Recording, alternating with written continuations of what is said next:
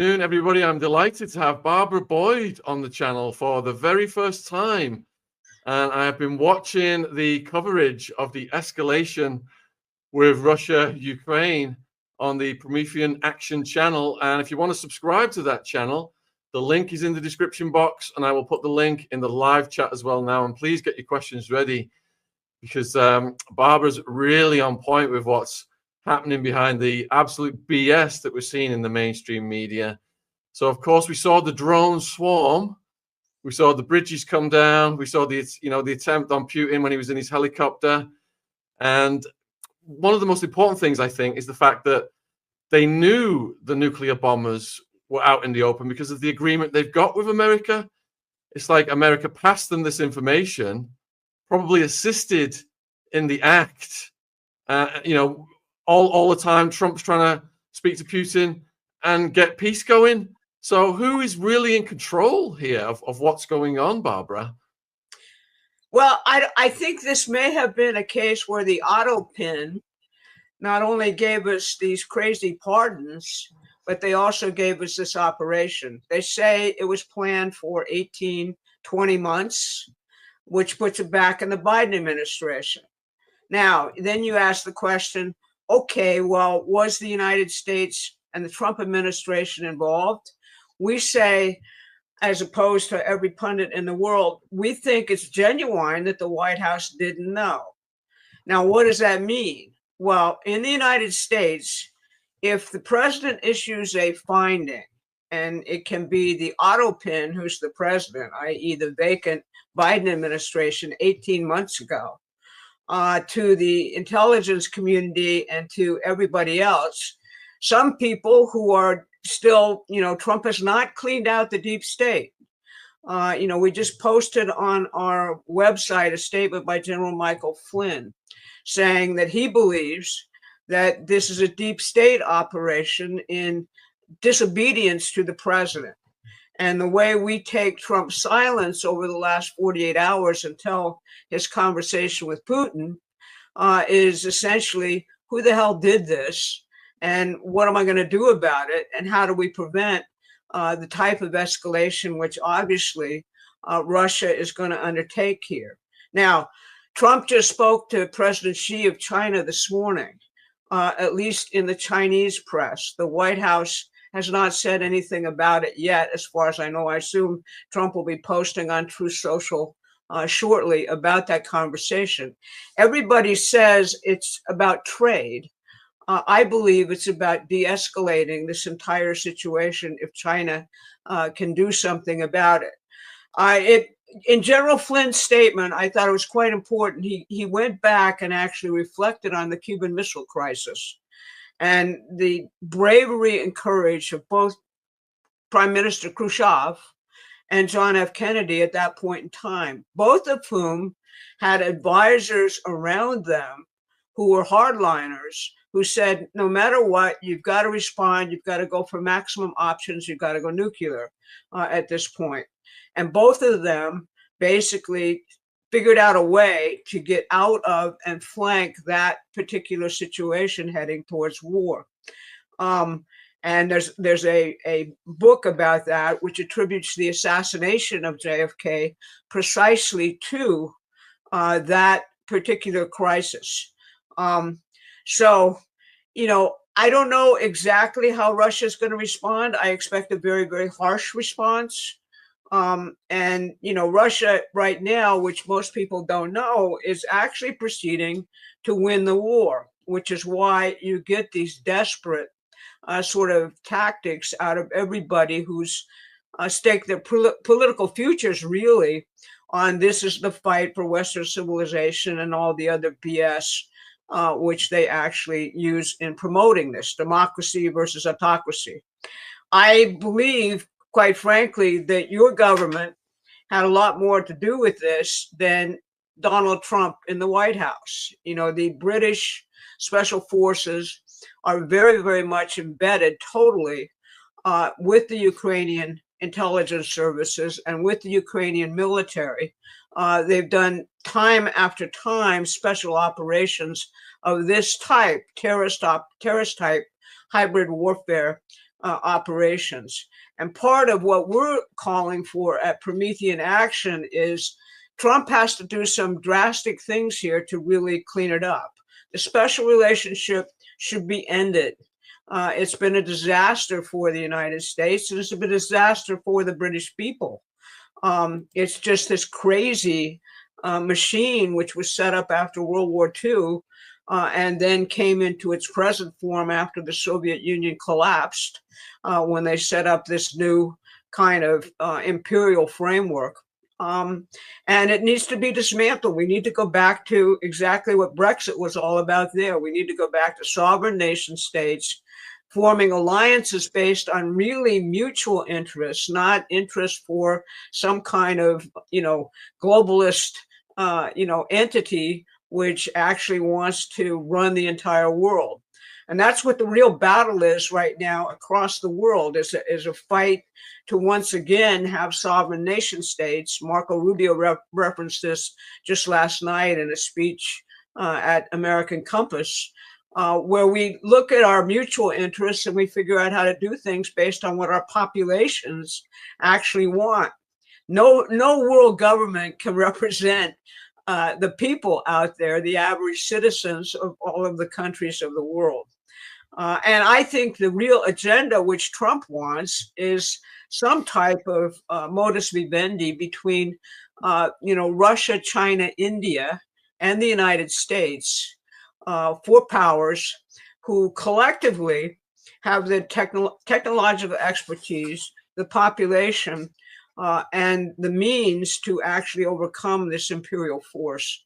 So that's what we're really trying to put into motion here. And obviously, they're not giving up. They're still fighting, and they would even blow up the world, I believe, to hold on to power.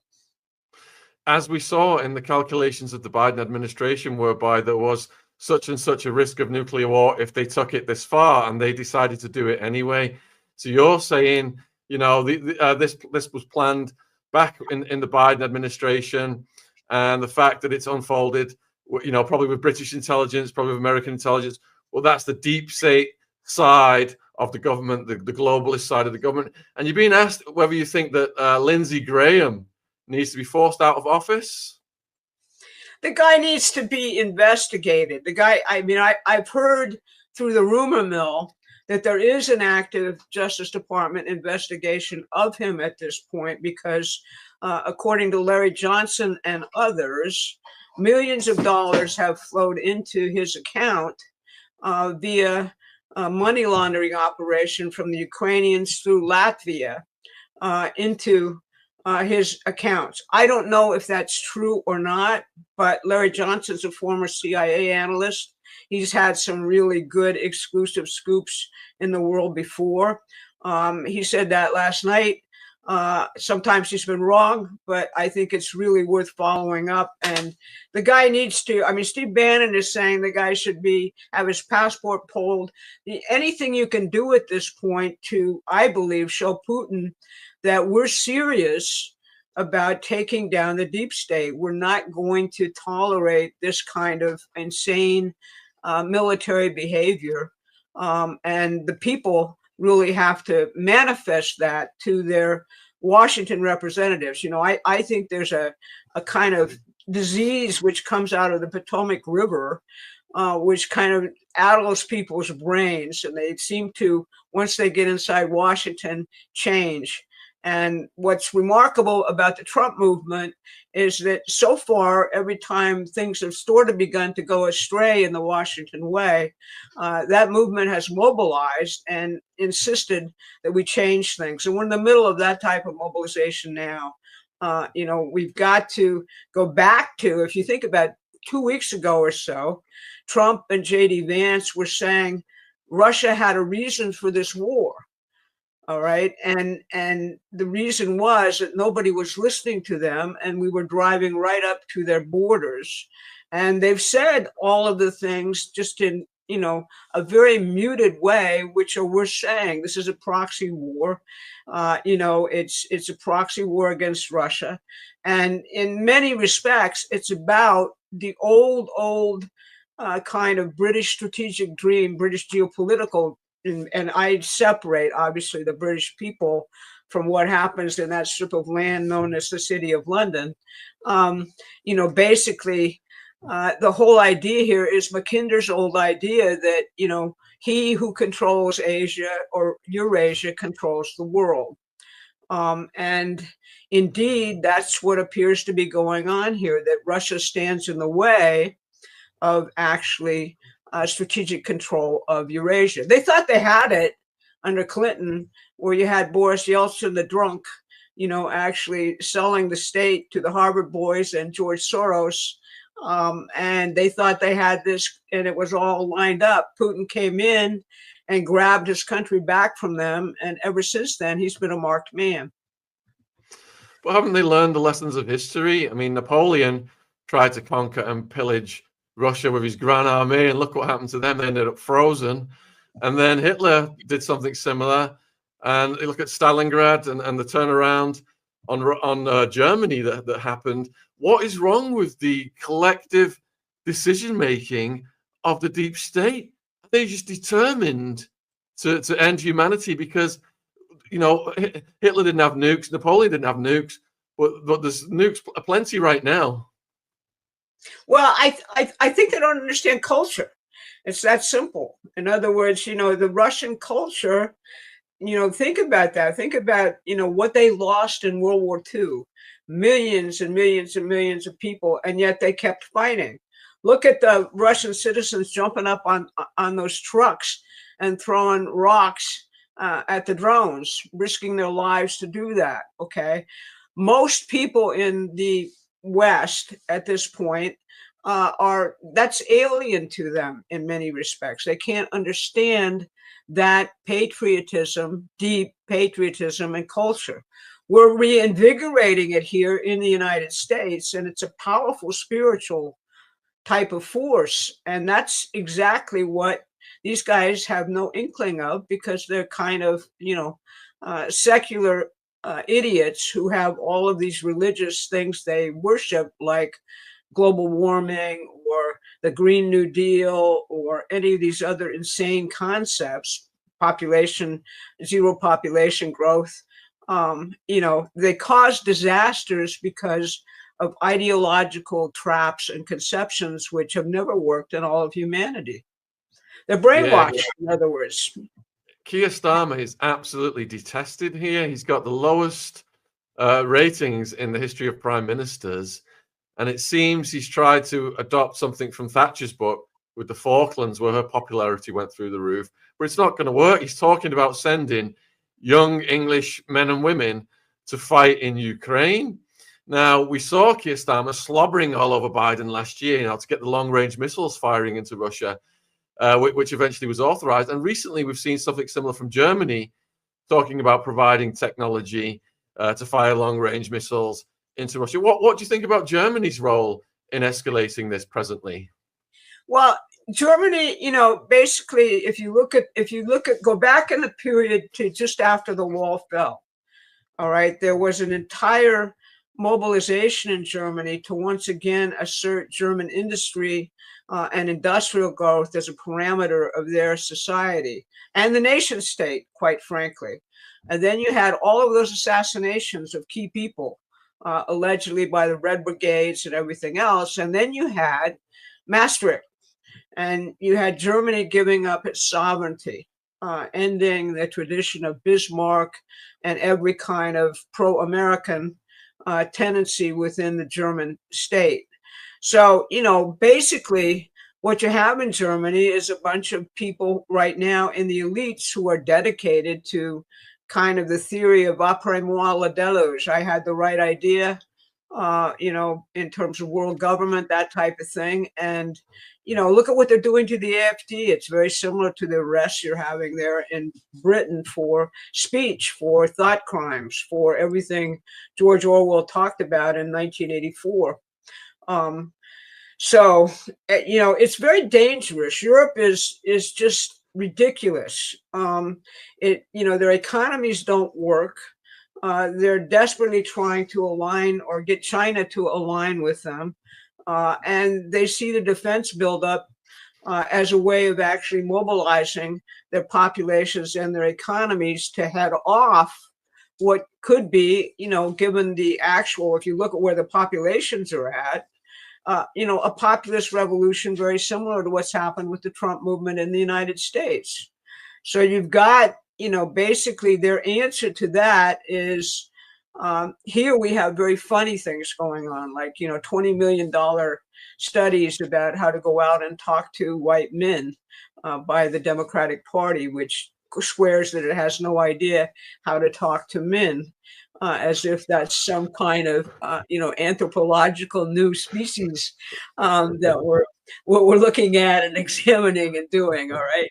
And that's how out of it, the elites are. They're just completely out of it. But like a wounded animal, they're very, very dangerous because we haven't sort of put them in their final resting place. And we've got to actually educate the good-hearted citizens out there who are all fighting in fundamental issues of statecraft. How do you really run a country? How do you do that competently? How do you make an economy actually grow persistently? These are the questions which, we all should be staying up and studying like crazy and figuring it out. And in our country, when we had the revolution, we were very fortunate in that we had a truly educated elite. They spoke several languages. Benjamin Franklin was probably one of the key scientists of the entire world in terms of the discovery of electricity and other such things, collaborating a lot with a very good faction there in England. So we've got to bring our citizens movement up to snuff here very, very quickly, and educate them on the highest concepts. I come out of the movement led by Lyndon LaRouche. I call it the School of Hard Knocks. We set out in the early 1970s to found a political organization around creating a true human renaissance, i.e. like the first Renaissance, total discovery, educate ourselves about everything we could find out about the key people in history who led really major movements which had positive impacts on the world.